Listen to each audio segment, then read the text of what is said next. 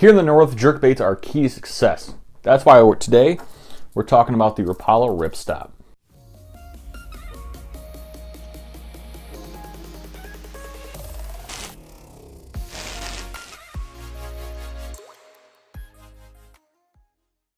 So it's no secret that the #1 jerkbait that guys are wanting right now is probably the Rapala Ripstop. It's a short finesse bait, 3.5 inches at 1/4 of an ounce, or just over, as you can see here.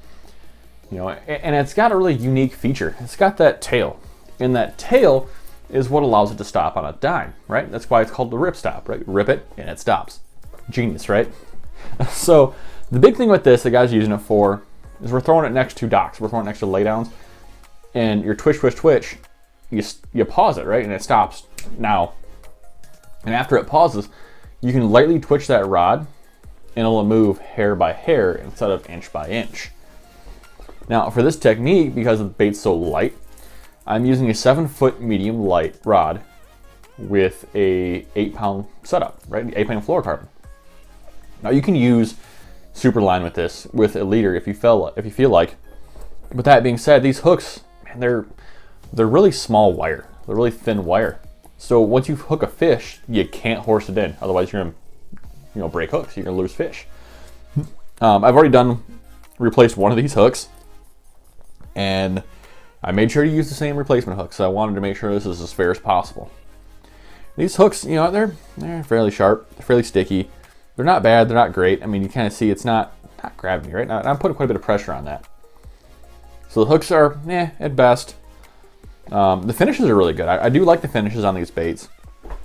You got 14 different finishes. I like the more white style ones, the purple essence, things like that. I'm not a big clown fan, but to each their own. Probably my biggest deal with this bait is the shallow jerkbait. And it's a finesse jerkbait. It's something we don't really have a lot of in the industry.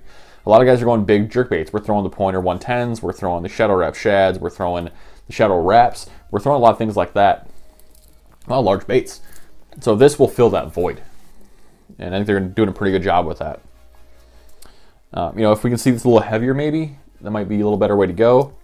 I did notice that this is pretty tail heavy, which for casting this is great. I did notice though that it wants to run head up. And I don't know if that's because of my setup or if it's because of the way it's intended. But once you go on these in your hand, you can definitely feel that tail's got a lot of weight to it, because there's something going on there, and I think there's a BB set up in the back.